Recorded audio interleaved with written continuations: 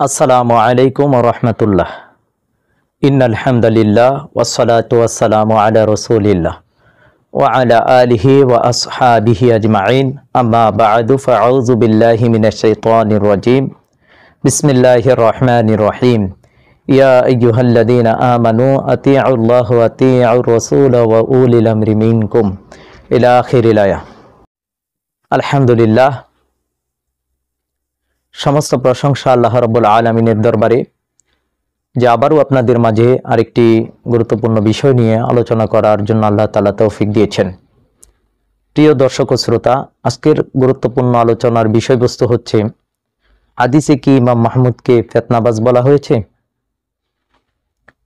আপনারা জানেন, ইতিমধ্যে মুসলিমদের অভিভাবক, মুসলমানদের আমির ইমাম মাহমুদ হাবিবুল্লাহর আত্মপ্রকাশ হয়েছে, যিনি বাংলাদেশে জন্মগ্রহণ করেছেন, যার ব্যাপারে আল্লাহ রাসূল সাল্লাল্লাহু আলাইহি ওয়াসাল্লাম 1400 বছর পূর্বেই বলে গেছেন। এখন প্রশ্ন হচ্ছে, ওনার আত্মপ্রকাশের পরেই অনেকেই হাদিস দ্বারা ওনাকে বলতে চায় যে উনি ফিতনাবাজ। বিশেষ করে সুনানে আবু দাউদের 4243 নম্বর হাদিসটির ব্যাখ্যাকে তারা অপব্যাখ্যা করে বোঝাতে চাচ্ছে যে এই হাদিসটি হচ্ছে ফিতনার হাদিস, আর এখানে ইমাম মাহমুদকে ফিতনাবাজ বলা হয়েছে। আমরা এই বিষয়টি নিয়ে আলোচনা করব ইনশাআল্লাহ তাআলা। তার পূর্বেই আমি আপনাদের সামনে সুনানে আবু দাউদের 4279 নম্বর হাদিস থেকে জাবির ইবনে সামুরা রাদিয়াল্লাহু তাআলা আনহু সেই হাদিসটি শোনাতে চাই, যেখানে জাবির ইবনে সামুরা রাদিয়াল্লাহু তাআলা আনহু বলেন, সামিআতু রাসূলুল্লাহি সাল্লাল্লাহু আলাইহি ওয়াসাল্লাম ইয়াকুল। জাবির ইবনে সামুরা বলেন, আমি আল্লাহ রাসূল সাল্লাল্লাহু আলাইহি সাল্লামকে বলতে শুনেছি, আল্লাহ রাসূল সাল্লাল্লাহু আলাইহি সাল্লাম বলেছেন, লা ইয়াজালু হাযা দীনু কাইমান হাত্তা ইয়াকুনা আলাইকুম 12 খলিফাতান কুল্লুহুম তাজতামিউ আলাইহিল উম্মাহ। জাবির ইবনে সামুরা বলেন, আমি আল্লাহ রাসূল সাল্লাল্লাহু আলাইহি ওয়াসাল্লামকে বলতে শুনেছি যে এই দিন ততদিন পর্যন্ত প্রতিষ্ঠিত থাকবে যতদিন পর্যন্ত না তোমাদের মাঝে 12 জন খলিফা তোমাদের মাঝে না আসবে, আর তারা প্রত্যেকেই উম্মতকে ঐক্যবদ্ধ করবে। এটি কিন্তু সহিহ বুখারীর মধ্যেও হাদিসটি আছে, মুসলিমের মধ্যেও আছে, এছাড়াও সিয়াসিতার অধিকাংশ হাদিসের গ্রন্থের মধ্যেই হাদিসটি রয়েছে। হাদিসের মান সহিহ, তাহকিক করা হাদিস। নাসিরউদ্দিন আলবানী রাহিমাহুল্লাহ পর্যন্ত এই হাদিসটিকে সহিহ বলেছেন। তা আসুন এই হাদিস থেকে আমরা দেখি, আল্লাহ রাসূল সাল্লাল্লাহু আলাইহি সাল্লাম বলছেন যে এই উম্মতের মাঝে 12 জন শাসক আসবে, 12 জন খলিফা আসবে, আর তারা প্রত্যেকেই উম্মতকে ঐক্যবদ্ধ করবে। কুল্লুহুম তাজতামিউ আলাইহিল উম্মাহ, প্রত্যেকের কাজ হচ্ছে উম্মতকে ঐক্যবদ্ধ করা। তাহলে এই হাদিস থেকে বোঝা যায় 12 জন আমিরদের মধ্য থেকে একজন আমির তখনই আসবে যখন উম্মত বিভিন্ন দল উপদলে বিভক্ত হয়ে যাবে, তখনই 12 জন আমিরদের মধ্য থেকে একজন আমির আসবেন। যেমনটি আবু দারদা রাদিয়াল্লাহু তাআলা আনহুর সেই হাদিসটা আমি আপনাদের সামনে অনেকবার বর্ণনা করেছি, যেখানে তিনি বলেন, ইযা তাওয়াফাকাল উলামা ওয়া আনা ইয়াকুলু কাওলাল হক, যখন আলেমগণ হক কথা বলে ছেড়ে দিবে তখন তাদের উপর 3টি শাস্তি নাজিল হবে। এক নাম্বার হচ্ছে ইয়ারুদুনা বিইখতিলাফিন বাইনহুম, তারা একে অপরের বিরুদ্ধে অবস্থান নিবে, এক আলেম আরেক আলেমের বিরুদ্ধে অবস্থান নিবে। এবং ইউসাল্লাতু আলাইহিম সুলতানান জাইরা, তাদের উপর স্বৈর শাসক বা জালেম শাসকদেরকে চাপিয়ে দেওয়া হবে। 3 নম্বর শাস্তি হচ্ছে ইউজলামুনা বিআদাইল খারিজিয়া, তারা বহিরাগত শত্রুদের দ্বারা আক্রান্ত হবে। সাহাবীরা বলেন, ইয়া রাসূলুল্লাহ সাল্লাল্লাহু আলাইহি সাল্লাম, কতদিন তাদের উপরে এই শাস্তি চলবে? আল্লাহ রাসূল সাল্লাল্লাহু আলাইহি সাল্লাম বলেন, যতদিন না তাদের মাঝে আমার সম্মানিত আমিরদের মধ্য থেকে কোনো একজন আমির এর আত্মপ্রকাশ না ঘটে। অর্থাৎ আল্লাহ রাসূল যে বলছেন আমার আমির, 12 জন আমিরের কথা আল্লাহ রাসূল সাল্লাল্লাহু আলাইহি সাল্লাম বলছেন। আমার আমির বলতে আল্লাহ রাসূল কাকে বুঝাইছেন? এই জামানাতে তো অনেক আমির আছে, অনেক দলের আমির আছে, তো আল্লাহ রাসূল সাল্লাল্লাহু আলাইহি সাল্লাম কর্তৃক বর্ণিত আমির কে? বুখারীর হাদিস 7337 নম্বর হাদিস আপনারা দেখবেন, আল্লাহ রাসূল বলছেন, মান আতাআ আমিরি ফাকাদ আতাআনি, যে ব্যক্তি আমার আমিরের আনুগত্য করলো সেজন্য আমারই আনুগত্য করলো, আর যে ব্যক্তি আমার আমিরের নাফরমানি করলো সেজন্য আমারই নাফরমানি করলো। সুবহানাল্লাহ, এটা তো সহিহ হাদিস। আল্লাহ রাসূল বলছেন আমার আমির, তা আমার আমিরের আনুগত্য করার কথা বলছেন আল্লাহ রাসূল। তা আল্লাহ রাসূলের আমির কে? বর্তমান জামানায় আল্লাহ রাসূলের আমির কে? জামাতে ইসলামের আমির কে আল্লাহ রাসূলের আমির? না সরমুনায়ের পীর আমির? না হেফাজতে ইসলামের আমির? না তাবলিগ জামাতের আমির হলে আবার কি সাতপন্থী আমির না জুবাইরপন্থী বা বিভিন্ন আমিরের তো অভাব নেই। তা আল্লাহ রসুল সাল্লাল্লাহু আলাইহি সাল্লামের আমির কে? আল্লাহ রসুল সাল্লাল্লাহু আলাইহি সাল্লামের আমিরের পরিচয় হাদিসের মধ্যে আল্লাহ রসুল সাল্লাল্লাহু আলাইহি সাল্লাম দিয়ে গেছেন। আল্লাহ রসুল সাল্লাল্লাহু আলাইহি সাল্লাম যেই সমস্ত আমিরদের কথা বলেছেন, যাদের পরিচয় হাদিসে এসেছে, তারাই কেবল আল্লাহ রসুল সাল্লাল্লাহু আলাইহি সাল্লামের আমির। এই জন্য আমি বলি, ইমাম মাহমুদের কথা বুখারীতে আছে, সহিহ মুসলিমে আছে। যারা বলেন যে নাই, দেখান, আমি বলবো অবশ্যই আছে। সেটা কোনটা? এই যে আমি যে সুনানে আবু দাউদের হাদিসটা বললাম, 4279 নম্বর হাদিস, এখানে তো আল্লাহ রাসূল স্পষ্ট বলেছেন যে লা ইয়াজালু হাযা দ্বীনু কাঈমান হাত্তা ইয়াকুনা আলাইকুম 12 খলিফাতান। আল্লাহ রাসূল 12 জন খলিফার কথা বলছেন। এই 12 জন কারা? আপনি যদি বলেন যে না, এখানে ইমাম মাহমুদের কথা বলা হয়নি, তাহলে আমি মুহাদ্দিস সাহেবকে সম্মানের সহিত বলবো, আপনি 12 জনের পরিচয় দেন। আল্লাহ রসুল সাল্লাল্লাহু আলাইহি সাল্লাম অনর্থক কোনো কথা বলেনি। আল্লাহ রসুলের এটা সহিহ হাদিস। এখানে 12 জন কারা? আমি তো বললাম এখানে মাহমুদ আছে, আমি তো বললাম এখানে মানসুরের কথা বলা আছে, আমি তো বললাম এখানে মাহদির কথা বলা আছে, আমি তো বললাম এখানে ইমাম জাহাজের কথা আছে, আমি তো বললাম এখানে আবু বকর সিদ্দিকের কথা, ওমর রাদিয়াল্লাহু তাআলা আনহুর কথা, উসমান রাদিয়াল্লাহু তাআলা আনহুর কথা, আলী রাদিয়াল্লাহু তাআলা আনহুর কথা বলা আছে। অর্থাৎ যাদের কথা হাদিসে এসেছে তাদের কথা এখানে বলা আছে। না হলে আপনি ব্যাখ্যা করেন, আমি ব্যাখ্যা করব হাদিস দ্বারা যে আল্লাহ রসুল পরিচয় দিয়ে গেছেন। এখন এটা সহিহ হাদিস, তো সহিহ হাদিসের মধ্যে ইমাম মাহমুদের কথা আছে, ইমাম মাহদির কথা আছে, ইমাম মানসুরের কথা আছে। যদি বলেন যে নাই, তাহলে আমি আপনার কাছে এই হাদিসের ব্যাখ্যা জানতে চাবো। এই 12 জনের পরিচয় আপনি দেন। এই 12 জনের কথা যে আল্লাহ রসুল সাল্লাল্লাহু আলাইহি সাল্লাম বলেছেন, সেটার পরিচয় আপনাকে বের করতে হবে। তা হাদিসের ব্যাখ্যা হাদিস, আপনি হাদিস দ্বারাই হাদিসের ব্যাখ্যা করা লাগবে। তো এই হাদিসের ব্যাখ্যা করতে গেলে অবশ্যই আপনাকে সহিহ হাদিস খোঁজা লাগবে। সহিহ হাদিসের মধ্যে যদি না পান, তাহলে জয়ীফ হাদিসের মধ্যেও যদি পাওয়া যায়, তাহলে জয়ীফ হাদিস কেন আলা লাগবে? একটা কথা মনে রাখবেন, একটা মুহাদ্দিসের কথার চাইতে উত্তম হচ্ছে আল্লাহ রসুল সাল্লাল্লাহু আলাইহি সাল্লামের কথা, যদিও সেই হাদিসটা জয়ীফ হোক না কেন। কারণ এটা তো রসুল সাল্লাল্লাহু আলাইহি সাল্লামের কথা, আল্লাহ রসুলের হাদিস তো কোনোদিন জয়ীফ না। এটা সনদের বর্ণনার কারণে, সনদের কারণে অথবা মতনগত কারণে, হাদিসটা রাবীদের কারণে এটা দুর্বল হতে পারে, কিন্তু আল্লাহ রসুল সাল্লাল্লাহু আলাইহি সাল্লামের কথা কোনোদিনই দুর্বল না। আল্লাহ রসুলের কথা কোনোদিন হাসান না। আল্লাহ রসুল সাল্লাল্লাহু আলাইহি সাল্লামের কথা কোনোদিন মাউজু না। আল্লাহ রসুলের কথা কোনোদিন আজিজ না, গরিব না, মারফু না, মুত্তাসিল না, মাকতু না। এই যে এগুলো হলো সনদ বা বর্ণনার কারণে এগুলো হয়েছে। সুতরাং আল্লাহ রসুল সাল্লাল্লাহু আলাইহি সাল্লাম বুখারীতে বলেছেন মাহমুদের কথা, মনসুরের কথা, 12 জন আমিরের কথা বলছেন। আর 12 জন আমিরের মধ্যে একজন হচ্ছে মাহদি, একজন হচ্ছে মাহমুদ, একজন হচ্ছে মনসুর, একজন ইমাম জাহাজাম। মন গড়া কোনো কথা বলবেন না। হাদিসের ব্যাখ্যা দিতে গেলে হাদিসের ব্যাখ্যা নিতে হবে। সুতরাং সহিহ হাদিসের ব্যাখ্যা যদি সহিহ হাদিস পাওয়া যায় আলহামদুলিল্লাহ, যদি পাওয়া না যায় তাহলে জয়ীফ হাদিস নিয়েও আপনি ব্যাখ্যা করা লাগবে। এবার আসেন, হাদিসে কি ইমাম মাহমুদকে ফিতনাবাজ বলা হয়েছে? অবশ্যই না, অবশ্যই না। কারণ ফিতনাবাজদের কথা হাদিসে স্পষ্ট রয়েছে। আল্লাহ রসুল সাল্লাল্লাহু আলাইহি সাল্লাম কিয়ামত পর্যন্ত যত ফিতনাবাজ আসবে, তাদের কথা আল্লাহ রসুল সাল্লাল্লাহু আলাইহি সাল্লাম কোনো না কোনো এক হাদিসে বলেছেন যে আপনারা যদি পারেন আপনারা দেখান যে ইমাম মাহমুদের নামটা কোনো ফিতনাবাজের কিতাবে আছে কিনা।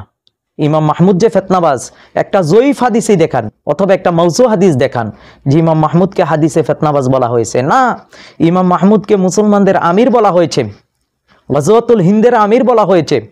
সুতরাং ডাহা মিথ্যা কথা বলবেন না, অপবাদ দিবেন না, হাদিসের ভুল ব্যাখ্যা করবেন না। ফিতনাবাজের পরিচয় দিতে গেলে অবশ্যই আপনাকে স্পষ্ট পরিচয় আনা লাগবে, কোনো না কোনো একটা হাদিসের রেফারেন্স টানতে হবে। যারা বলেন যে সুনানে আবু দাউদের 4243 নম্বর হাদিস, যেখানে আব্দুল্লাহ ইবনে ওমর রাদিয়াল্লাহু তাআলা আনহু থেকে বর্ণিত, আল্লাহ রাসূল সাল্লাল্লাহু আলাইহি ওয়াসাল্লাম যে ফিতনা সম্পর্কে আলোচনা করেছেন, সেখানে আহলাসের ফিতনার কথা, সাররা ফিতনার কথা, ফিতনাতুদ দুহাইমার কথা এবং ইমাম মাহমুদের কথা বলা আছে। এই হাদিসের মধ্যে আহলাসের ফিতনা কি, এটা তো স্পষ্ট ব্যাখ্যা রয়েছে। আপনারা সুনানে আবু দাউদের 4243 নম্বর হাদিসটা দেখবেন, যেখানে আল্লাহ রসুল সাল্লাল্লাহু আলাইহি ওয়াসাল্লাম বলছেন যে আহলাসের ফিতনাটা কি, সেটা হচ্ছে পলায়ন ও লুটতরাজ, ধ্বংস এবং পলায়ন। আর সাররা ফিতনার কথা বলা হচ্ছে যে এটা পাকিস্তানের এক ব্যক্তি কাসেম, যে নিজেকে মাহদি দাবি করবে, আসলে সে মাহদি না। এটার ব্যাখ্যাও তো আছে, আজিফাতিল আজিফা গ্রন্থে রয়েছে। আমি যেটা আমার একাধিক আলোচনার মাধ্যমে আমি সেটি প্রমাণ করেছি যে কাসেমের কথা হাদিসে স্পষ্ট এসেছে, সে ফিতনাবাজ। বাদশাহ আকবরের কথা স্পষ্ট রয়েছে হাদিসের মধ্যে, বাদশাহ আকবরের কথা বলা হয়েছে যে দ্বীন ইলাহি প্রতিষ্ঠা করেছিল। এখানে ফিতনাতুল আহলাসের কথা এসেছে হাদিসে, এবং ফিতনাতুল আহলাস কি এটা হাদিস দ্বারাই প্রমাণ আছে।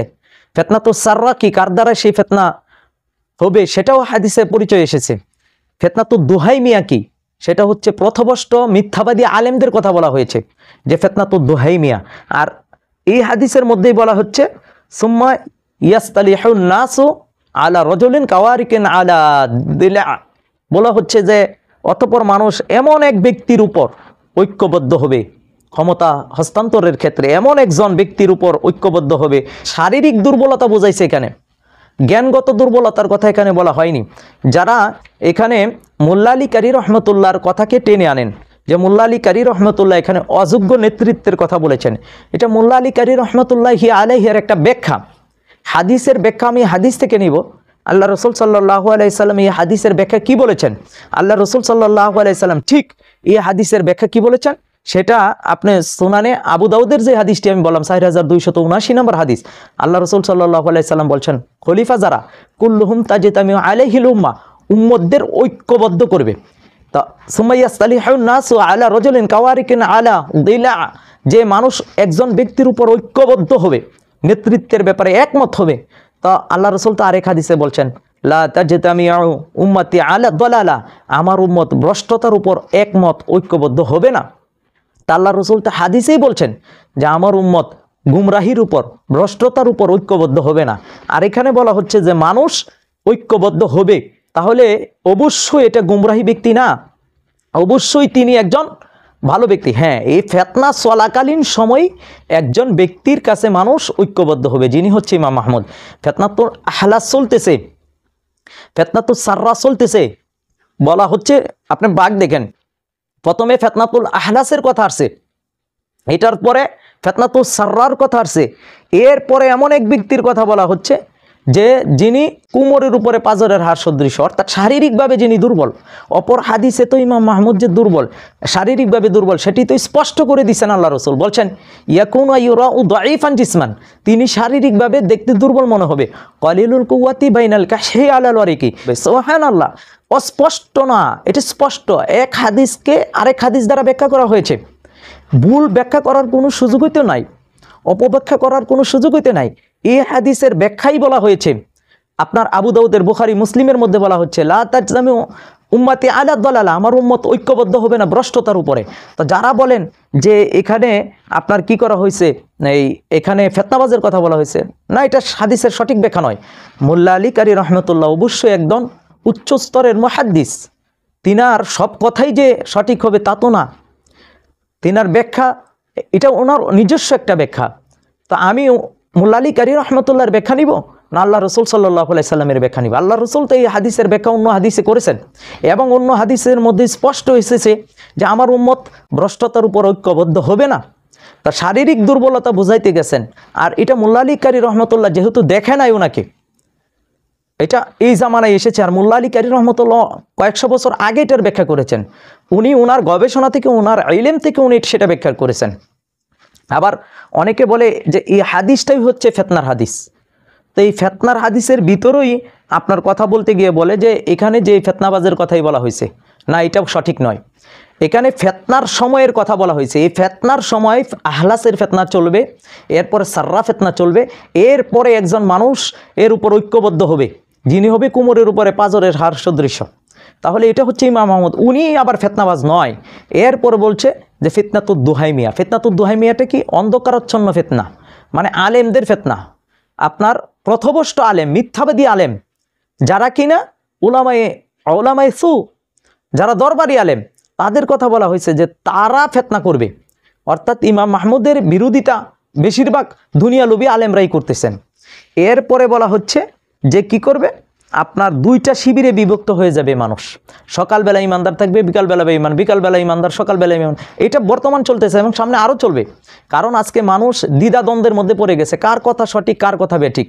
এজন্য সঠিক এবং বেঠিককে আপনার নির্ণয় করতে হবে হাদিস দ্বারা, কোনো ব্যক্তির কথার দ্বারা নয়, বাস্তবতার সাথে মিলিয়ে দেখতে হবে। ইমাম মাহমুদ যে কাজ করতেছেন সেটা বাস্তবতার সাথে মিলিয়ে দেখতে হবে।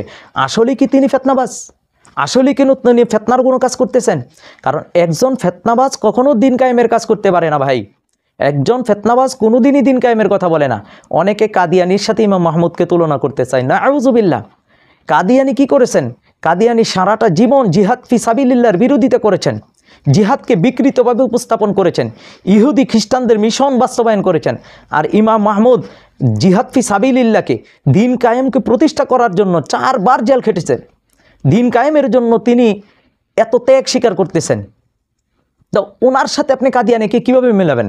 কাদিয়ানির কি করেছে? সে নিজেকে নবী দাবি করেছে। এর আগে সে কী করছে? নিজেকে ইমাম দাবি করছে, তারপরে সে মাহাদি দাবি করছে, তারপরে ঈসা দাবি করছে, তারপরে নবী দাবি করছে। তো ইমাম মাহমুদের তো এই অপশনই নেই।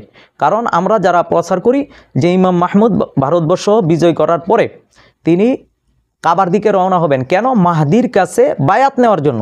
তাহলে ইমাম মাহমুদ ভবিষ্যতে মাহদি হওয়ার সম্ভাবনা নাই। আমাদের প্রচারণার দ্বারাই, হাদিসের ব্যাখ্যার দ্বারাই বোঝা যায়, হাদিস দ্বারাই বোঝা যায় যে ইমাম মাহমুদ ভবিষ্যতেও মাহদি হওয়ার কোনো সম্ভাবনা নাই। কারণ যেহেতু উনি মাহদির কাছে বায়াত নিবে এই মর্মে সরাসরি হাদিস আছে। তাহলে ইমাম মাহমুদ মাহদি হওয়ার কোনো সুযোগ নেই। এরপরে ঈসা দাবি করবে, সেটাও সম্ভব নয়। কারণ আমাদের আলোচনায় আমরা বলেছি যে ইমাম মাহদির পরে মাহমুদ 2 বছরের জন্য বিশ্ব শাসন করবে, মানসুর 20 বছর শাসন করবে, ইমাম জাহজা আসবে, এরপরে ঈসা আলাইহিস সালাম আসবে। তা ইমাম মাহমুদ তো ঈসা আলাইহিস সালামের সাথে দেখাই হবে না, এটাই আমরা প্রচার করতেছি। সুতরাং ইমাম মাহমুদ যে ঈসা দাবি করবে সেটারও কোনো সুযোগ নাই। আর নবী দাবি করার তো প্রশ্নই ওঠে না। কারণ ইমাম মাহমুদের আকিদা এবং আমাদের আকিদাই হচ্ছে আর কোনো নবী আসবে না, আর কোনো নবী আসবে না। যদি কেউ নবী দাবি করে, আমরা স্পষ্ট বলেছি, ইমাম মাহমুদও বলেছে, সে সুস্পষ্ট কাফের।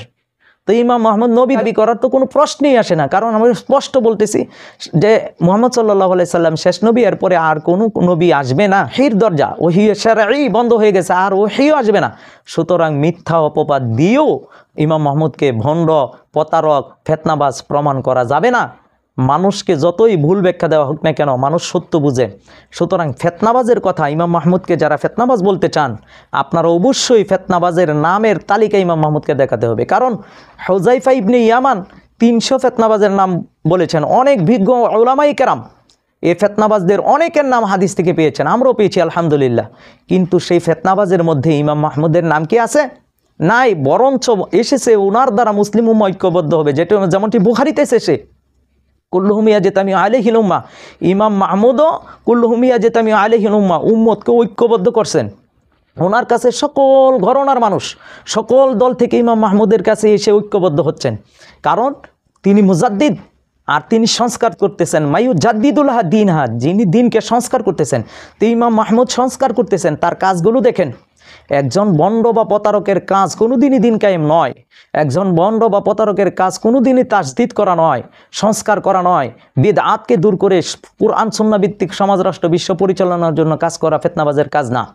ফেতনাবাজ ফেতনা তৈরি করবে, ভণ্ডামি করবে, প্রতারণা করবে, মানুষকে ধোঁকা দিবে। আর ইমাম মাহমুদ ওপেন প্রকাশ্যে মানুষকে কাজ করতেছেন, দিন কায়েমের কাজ করতেছেন, এরপরে শিরিক বিদআত কুসংস্কার দূর করতেছেন এবং আপনার মৃত সুন্নতগুলোকে জিন্দা করতেছেন। ওনার কাজগুলো দেখেন। যারা ওনাকে ফেতনাবাজ বলেন, যারা ফেতনাবাজ বলে অপবাদ অপপ্রচার করেন, অবশ্যই আল্লাহ তাআলাকে ভয় করেন। আল্লাহ তাআলার কাছে আপনাদের জবাবদিহি করা লাগবে। কারণ যারা সত্য যাচাই না করেই আপনার মিথ্যা অপবাদ দেয়, অপপ্রচার করে, তাদেরকে অবশ্যই চিহ্নিত করা লাগবে। কারণ সত্য প্রকাশ হচ্ছে এবং হবে। সত্য এখনই প্রকাশ হচ্ছে, সামনে আরও প্রকাশ হবে ইনশাআল্লাহ তাআলা। সুতরাং হাদিসে ইমাম মাহমুদকে কখনোই ফেতনাবাজ বলা হয়নি। হাদিসে ইমাম মাহমুদকে মুজাদ্দিদ বলা হয়েছে, মুসলমানদের আমির বলা হয়েছে, হাদিসে খলিফা বলা হয়েছে। সুতরাং এটাই হাদিসের ব্যাখ্যা। এগুলো ভাববেন এবং মিলিয়ে দেখবেন। এরপরে বলা হয়েছে একই হাদিসের মধ্যে যে 2টা দল হবে, একটা হবে মুনাফিকদের জামাত, আরেকটা হবে মুমিনের জামাত। তো এটা কি ফেতনার হাদিস নাকি? যারা বলেন যে ফেতনার হাদিসের ভিতরে সবই ফেতনার কথা আসছে, তো এটা তো ফেতনার কথা হওয়ার কথা। তো এখানে তো বলা হচ্ছে যে 2টা দল হবে, একটা মুনাফিকদের জামাত, আরেকটা হচ্ছে ইমানদারদের জামাত। তো মুনাফিকদের জামাতের জন্য একজন নেতা লাগবে। তো সেই নেতাটাকে আইডেন্টিফাই করেন যে মুনাফিকদের নেতাকে, কে মুনাফিকদের ঐক্যবদ্ধ করছে। আর মুসলমানদের জামাত, এখানে তো একজন নেতা লাগবে, তো ইমাম মাহমুদের মাধ্যমে মুমিনেরা ঐক্যবদ্ধ হচ্ছে আর মুনাফিকদের নেতৃত্বে মুনাফিকরা ঐক্যবদ্ধ হচ্ছে, এটা তো হাদিস স্পষ্ট। আমরা তো দেখি হাদিসে ইমাম মাহমুদ যে সত্য, এটা চিরন্তন সত্য, এটা স্পষ্ট, একেবারে দিবালোকের নেই সুস্পষ্ট, সূর্যের আলোর মতন স্পষ্ট যে এই হাদিস সত্য এবং ইমাম মাহমুদ সত্য। যে হাদিসের ব্যাখ্যা হাদিস, কোনো ব্যক্তির কথাকে নেওয়া যাবে না। হাদিসের ব্যাখ্যায় যদি হাদিসের ব্যাখ্যা পাওয়া যায়, তাহলে কোনো মুহাদ্দিসের কাউল বা মুহাদ্দিসের নিজস্ব বক্তব্য গ্রহণযোগ্য না। আল্লাহ রসুল সাল্লাল্লাহু আলাইহি সাল্লামের বক্তব্য যেখানে স্পষ্ট রয়েছে, সেখানে কোনো মুহাদ্দিস বা কোনো ব্যক্তির বক্তব্য নেওয়ার কোনো সুযোগ নেই। সুতরাং আবু দাউদের 4243 নম্বর হাদিসের ব্যাখ্যা অপর হাদিসের মধ্যে রয়েছে, স্বয়ং আল্লাহ রসুল সাল্লাল্লাহু আলাইহি সাল্লামের হাদিস রয়েছে। সুতরাং আল্লাহ তাআলা অপবাদকারীদের অপবাদ থেকে আমাদেরকে হেফাজত করুন, হাদিসের সঠিক ব্যাখ্যা বুঝে সেই হাদিসকে আমরা যাতে গ্রহণ করতে পারি এবং আমাদের জীবনে বাস্তবায়ন করতে পারি। সর্বোপরি আল্লাহ প্রদত্ত আমির ইমাম মাহমুদ হাবিবুল্লাহর নেতৃত্বে ইমানদারদের জামাতে, মুমিনদের জামাতে যাতে আমরা ঐক্যবদ্ধ হতে পারি, আল্লাহ সেই তৌফিক দান করুন। আমিন ইয়া রাব্বাল আলামিন। আসসালামু আলাইকুম ওয়া রাহমাতুল্লাহ।